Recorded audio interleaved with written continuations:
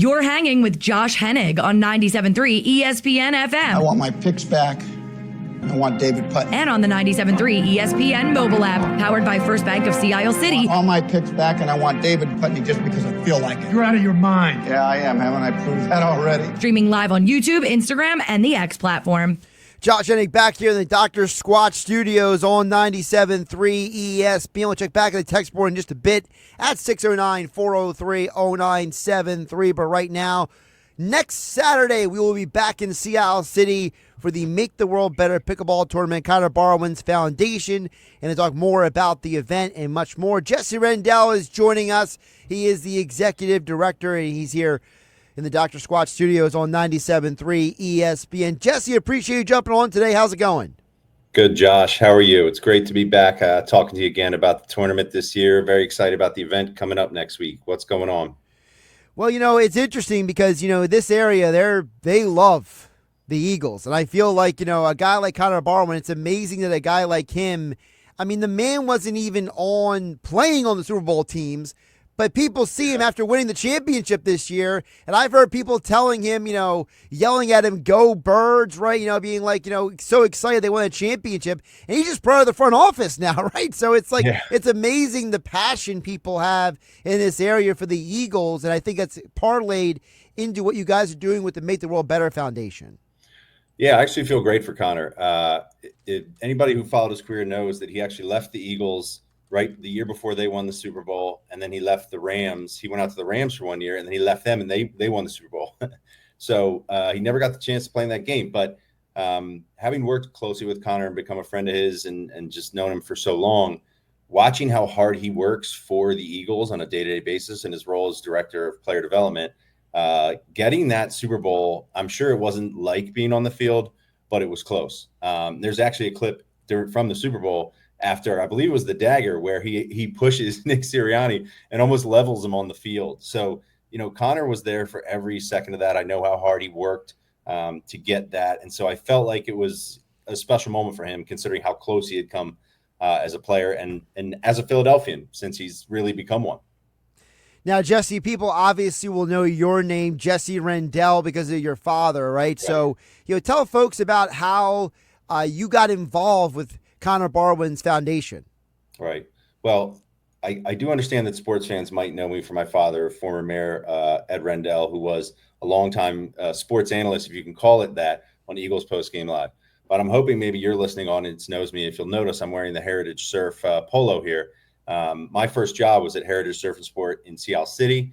I was a member of the surf team, have surfed competitively over the years. And so the Jersey Shore area meant a ton to me growing up. I had spent half of my life there and half of my life in Philly, which is often kind of challenging. But yeah, honestly, it's so exciting to be able to have an event down at the shore where we can bring all the people that love the Eagles down there out to support what we do, and a lot of the people that support us in Philly that kind of had the same situation as me and spent a lot of time down there. Before we get to the pickleball tournament in general, kind of give people a little background about what the organization has been doing over the years, because I think obviously for us down here, the pickleball tournament in Sea Isle is such an exciting event. It's so cool to see Connor and all the different guys who come out for the event each year, Jesse. But, overall, the organization, you guys are doing amazing work helping communities. Yeah, so the organization was founded back in 2013. Connor and his mom started what is now the Make the World Better Foundation. Another guy, a good friend of mine by the name of Jeff Tubbs, was working in Philadelphia and doing some neighborhood revitalization projects there. And I actually was a friend of Jeff's. And long story short, we teamed up with Connor and we started revitalizing public parks in Philly, working with Philadelphia Parks and Recreation. And we just finished our fourth project, which was a huge $20 million project in partnership with the City of Philadelphia's Rebuild Initiative. It's called the Vera Rec Center, which in Grace Ferry. And like I said, that was our fourth project. And so the work has really been always about the idea of trying to make the world a better place by improving these amazing facilities that are used by such amazing people in the community to help, mentor kids and, teach kids so many important lessons. So we've been doing great work at many parks throughout the city for many years now. Connor has always been on the forefront of that work, doing a great job. So again, the pickleball tournament is back in Sea Isle this year. Last year we were out there, 97.3 ESPN, so we'll be down there next Saturday. The locker room with Billy Schwein from 10 to noon, then hanging with Hennig from 12 to 3 on 97.3 ESPN site. Now, last year, Jesse, it was a little wild, right? Because I think that, and I don't want to speak for you, but I almost felt like, the amount of people who just showed up, right, was almost like, you were just like looking around. I saw the look on your face at one point. You were just like, I got work to do. Don't talk to me. Like, so, and that's a bad thing. It's a good thing. All those people showed up for the event last year. So are we expecting even bigger and better this year? Yeah, well, it's a blessing and a curse. This will be our third annual pickleball tournament. The first year we started it, we had like 28 teams, and there's 7 courts there in Sea Isle. And so that was a perfect number. It was super manageable. Last year we had just under 50 teams, which, was a lot more complicated. And this year we're headed towards upwards of 60. And so really like setting up, you'd be surprised. The first year we had this, like a pickleball pro that handled it. But last year I did it myself, figuring out who's playing who, when, it's like a matrix. So that was one of the hardest parts, is doing that, keeping it on schedule, keeping it moving. And everybody wants to play, so I get a lot of last minute requests. A lot of players that show up out of nowhere, media members, but it's all fun. And I think the timing on this was really good for us because people really enjoy pickleball. I mean, it's really like the perfect sport, if you will, for an event like this, where it's about, also socializing with people and coming out and supporting an organization. It's not too serious, but you can also try hard at the same time. So it's just a great day. Really looking forward to the tournament and then the after party at Dockside on Park, which is going to be great too. And that event, the after party is open to anybody who wants to come. You can find out more information. I'm going to give the website right now because I'm going with it. Okay. So it's mtwb.org/event/pickleball. You can find out all the information you need there. You can get your link to get after party tickets, so on and so forth. So now, yes. And of course, people can follow you on Instagram as well at MTWB. Easy for me to say. You're much you're much smoother at that than I am. Yeah. I don't work for the government, Jesse. I'm not great with acronyms. So. I hear you. At MTWB Foundation. There you go. Perfect. Mm-hmm. So the other thing last year was you guys had some pretty cool players show up. But one of the players that showed up is the defending champion, Bo Allen and Jake Elliott, which for those who don't know, Jake Elliott may be the greatest athlete on the Eagles, actually. Right. And so are we anticipating the defending champs to come back this year? One of the hard things about having an event at this particular time, down at the Jersey Shore, it's not easy to get people to commit. And Connor knows this because every year, we're talking to get players to come. And it's always a last minute thing about who shows up. Last year, I didn't even really know that Jake and Bo were going to come until the last couple of days. And then you're really not even giving it justice to what these guys did. They came in and blitzed the advanced division, which is a lot of really good pickleball players. So Jake and Bo were not messing around at all. And Bo had his shirt off and was like the biggest. It was just, Jake hit a behind the back shot that went like viral on social media. It was great.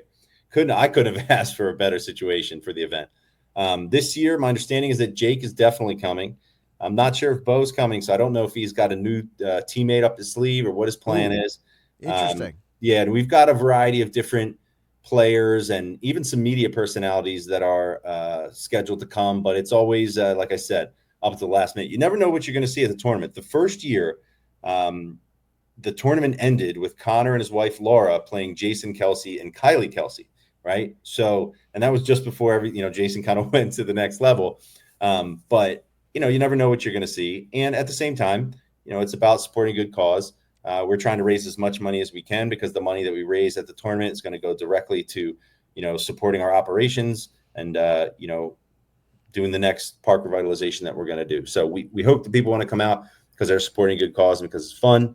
The tournament itself is great. You get to watch, you can come in and watch. We got a DJ, we set up in the promenade across from the courts. You guys are there doing live radio, which is fantastic. So that's fun.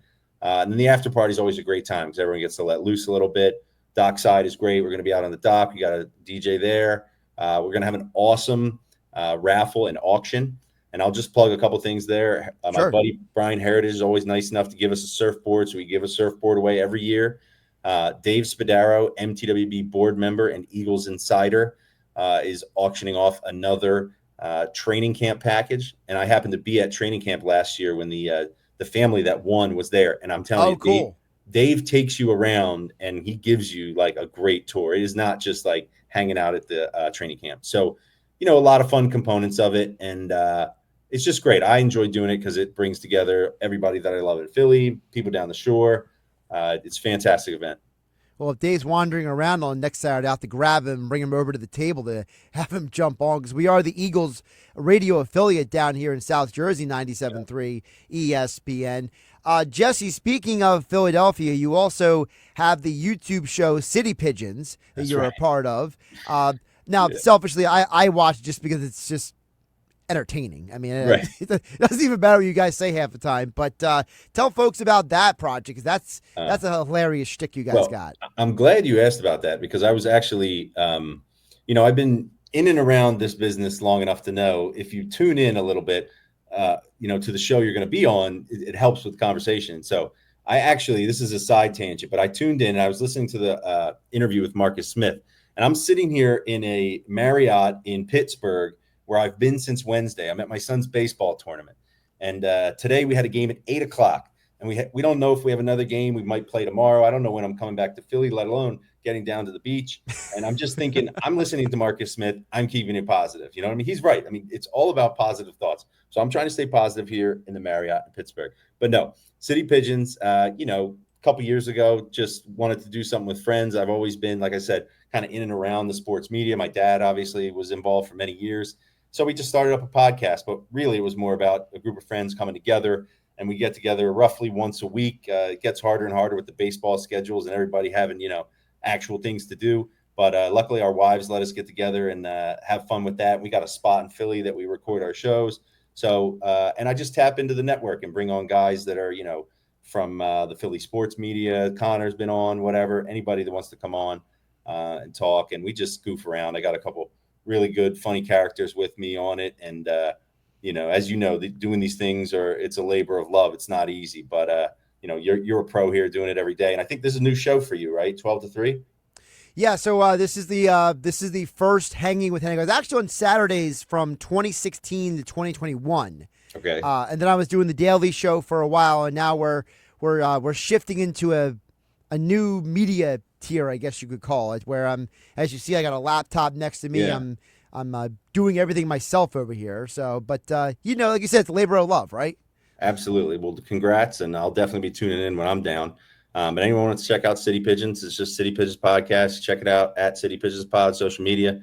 We're just goofing around, having a good time, talking about sports, and we're often down at the games, setting up tailgates, and just having fun with the people. See, my favorite part is I think it's at least once per episode, at least one episode every ones I've seen. Right?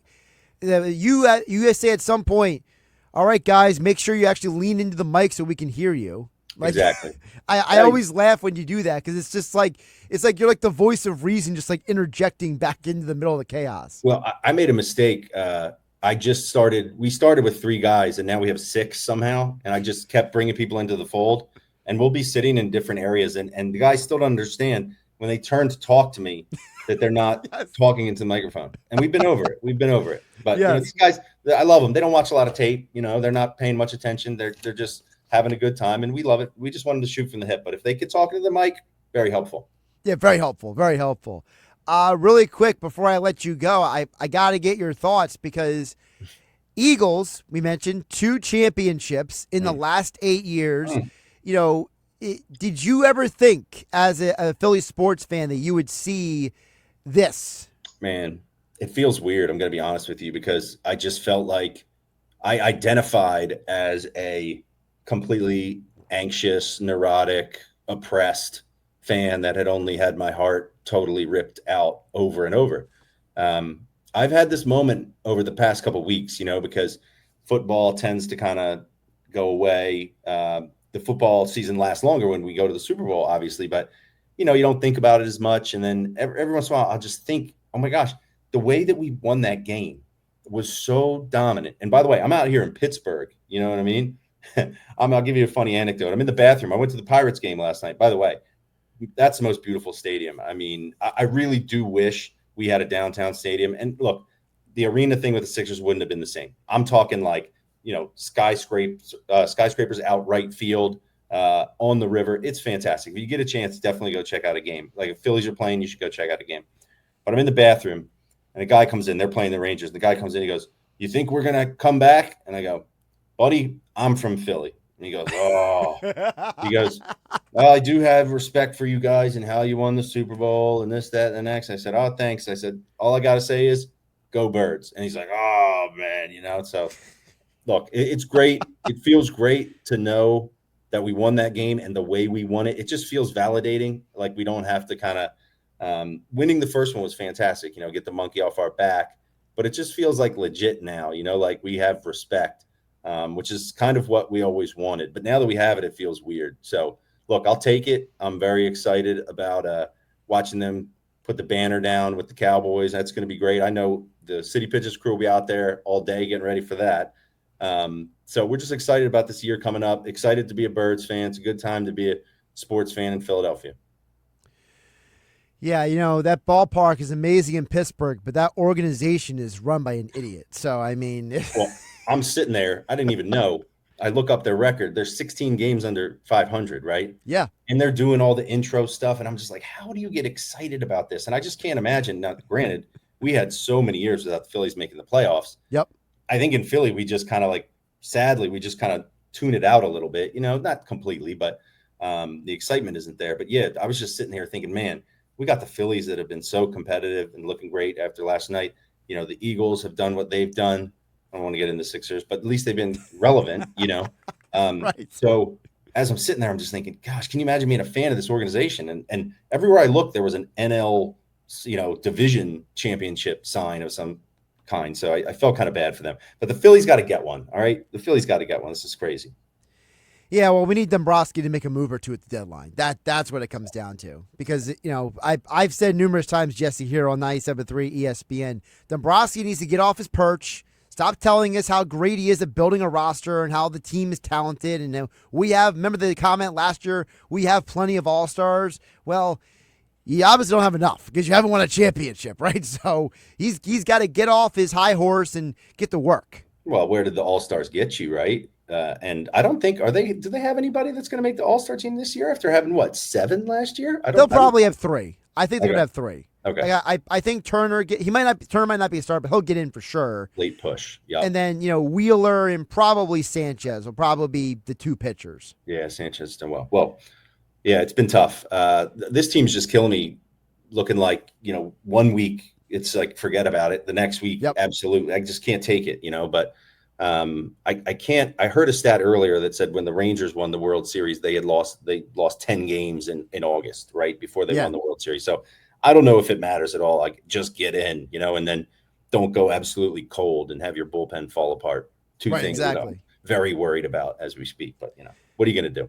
Yeah, exactly. Next Saturday, Make the World Better Pickleball Tournament, Sea Isle City at the pickleball courts on the bay, right next to JFK Boulevard. Jesse, tell the folks one more time about, even if they're not playing in the tournament, how they can contribute.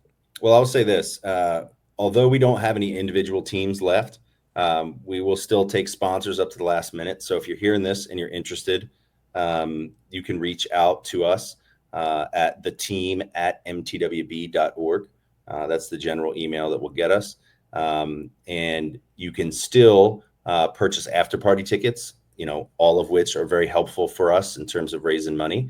And if you show up to the after party, you can bid on auction items and you can buy raffle tickets, and we're going to have a lot of really good stuff. So there's lots of ways to get involved. For more information, check out mtwb.org/event/pickleball.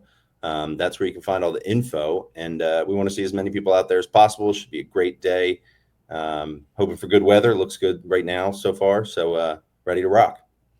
Well, I think all the bad weather's done. I think we got the end of May through early June felt more like April and May than it did summertime. So I think we got to have our system finally. Well, I'm in the middle of the prime baseball dad, period of my life. And so I'm so angry, games getting canceled and sitting there freezing at games in late May and early June. And then, it's going to be hot as what tonight and tomorrow. So Yep. I'm just generally angry about the weather, but that's why I got to get back down to Ocean City, get my feet in the sand, come over, see my people at Heritage, do all the things that I like to. I got to get back into that mode. I'm looking forward to it. And, the tournament's been a great way to really get the summer started. Thank everybody that supported over the years, and anybody that's interested in getting involved, feel free to reach out. Jesse Rendell, Executive Director of Make the World Better Foundation. Of course, we will be out there, 97.3 ESPN. Billy Schweim in the locker room from 10 a.m. to noon, hanging with Hennig from 12 to 3. 5 hours we'll be out there hanging out with everybody at the pickleball tournament in Sea Isle City. Jesse, appreciate you making some time to jump on, and I'm sure we'll be talking during the week. Thank you. I'm just looking forward to hearing Billy Schweim's voice. You know what I mean? That I just want to hear that. That's beautiful. Is that the chorus of summer for you? Is that what that is? Yeah. Well, we have all these legendary characters. I was in the car the other day with my wife, and Paul Jolovitz came on. She said, "What's wrong with that guy's voice?" I'm like, it's good for radio. It sounds good. So Billy Schweim that's like legendary voice. I love it. Yeah, Beautiful. Absolutely. Jesse, good luck with the baseball tournament out there in Pittsburgh. Thanks. Have a good one. Josh Hennig back here in the Dr. Squatch studios here on 97.3 ESPN. Yeah, Billy Schweim's voice from a mile away. You know that voice when you hear it. Billy Schweim, there he is. Yeah, Billy will be out there. It's going to be a crowded show next week. Obviously, we'll have special guests popping on throughout the day on Billy Schweim show from 10 a.m. to noon. And, of course, 12 to 3 with me hanging with Hennig. We'll be all on location at the pickleball courts in Sea Isle City. Dave Klemick from Klemick Performance will be coming out to join us. Also, Mr. Negadelphia, PJ Corda, he'll be joining us out there. So it's going to be a full cast of characters